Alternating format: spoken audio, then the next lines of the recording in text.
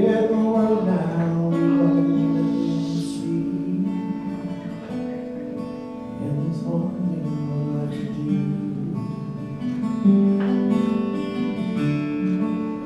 Now the winter has lifted, though there's surely shifted my day.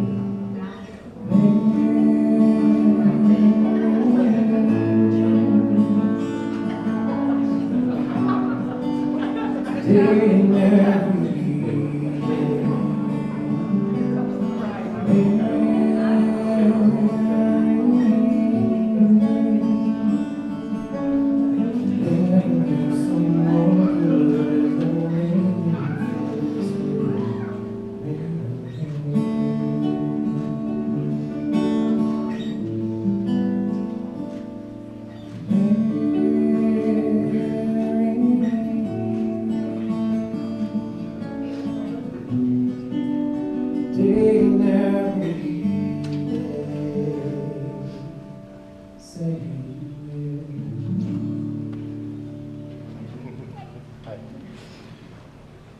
Welcome, everybody. Welcome.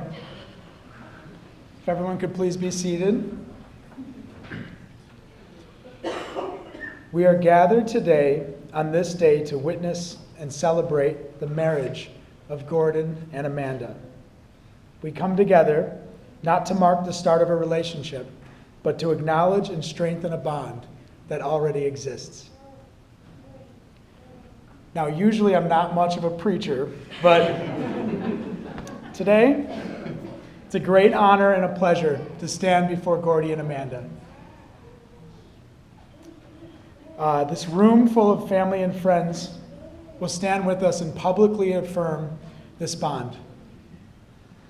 This day is made possible not only by the love that Gordy and Amanda share, but through the grace and support that fills the room. We are all here to support you, and it is our hope that your joy and fulfillment increase with each passing year. Marriage is a commitment in life where two people can find and bring out the very best in each other.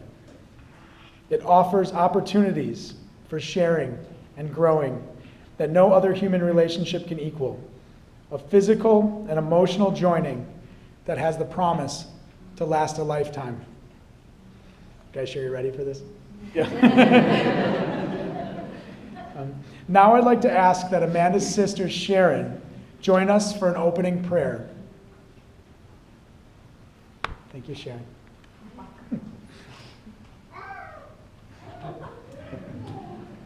Lord, we thank you for gathering everyone here today. We ask that you help Gordon and Amanda to remember the strong love that they share. May their love always inspire them to be kind in their words, considerate of the other's feelings, and concerned for the other's needs and wishes. We ask that you bless this marriage with peace and happiness both here and in eternity. Okay. Amen. Amen. I'm serious. A reading from the Corinthians. Love is patient, love is kind. It does not envy, it does not boast, it is not proud, it is not rude, it is not self-seeking, it is not easily angered. It keeps no record of wrongs. Love does not delight in evil, but rejoices with the truth. It always protects, always trusts, always hopes, and always preserves. Love never fails. This is the word of the Lord. Thank you.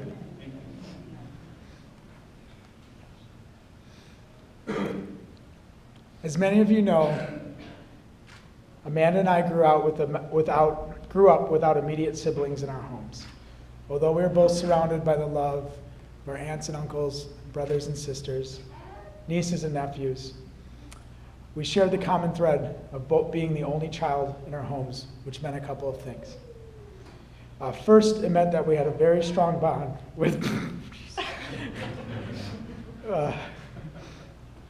with both our parents and each other's parents. When I look out at Bob and Tina, I not only see Amanda's kind and loving parents, but I see parents of sorts to me.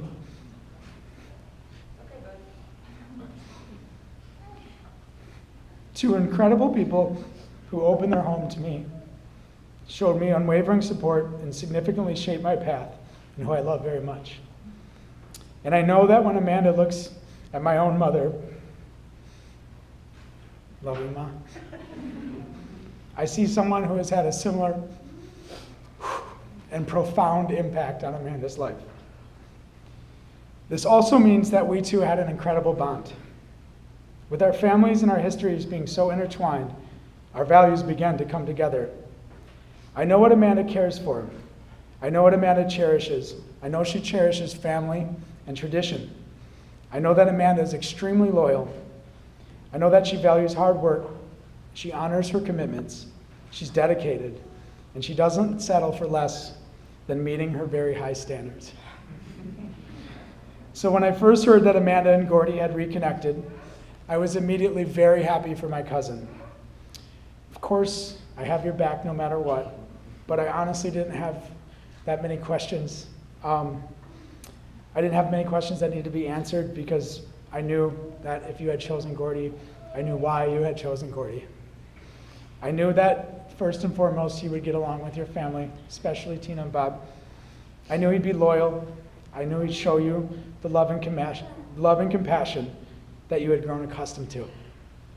And so while I haven't made it back home recently very much, I was on a quick trip this summer to our beloved Glen Arbor, and it was in a couple very small moments where I was able to cross off what I already knew off a very short checklist. We were having breakfast at Art's Tavern, and Amanda wasn't even there.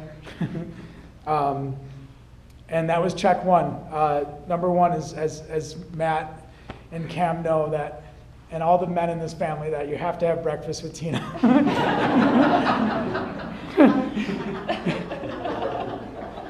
It's become a tradition. So check one. I knew that, well, as I mentioned before, Amanda wasn't there. So I saw that you had the cell phone on the table. Ringer on, vibrate on.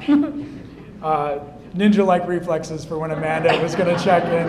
So that was check two. And then lastly, as we were leaving, Gordy, he absolutely had to swing by a shop. He remembered that Amanda had, I don't even know if she made a comment, but she glanced at a pair of earrings, and he wanted to surprise her and buy those earrings. And I knew that I could see that love, and that was check three, so check, check, check. My whole life, my cousin has looked out for me, and I've looked out for her. I've looked up to her. And sometimes family can feel very exclusive. It can feel like the bonds that we have are unbreakable and that no one can understand that. And I honestly felt right away that, Gordy, you would understand that, and that you, I knew why. I knew why she chose you.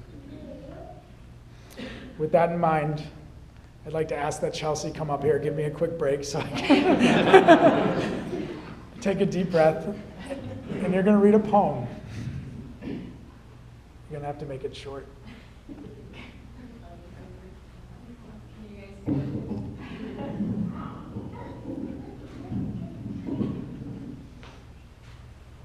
Love isn't perfect. It isn't a fairy tale or a storybook, and it doesn't always come easy. Love is overcoming obstacles, facing challenges, fighting to be together, holding on, and never letting go. It is a short word, easy to spell, difficult to define, and impossible to live without. Love is work, but most of all, love is realizing that every hour, every minute, every second of it is worth it because you did it together. Thank you.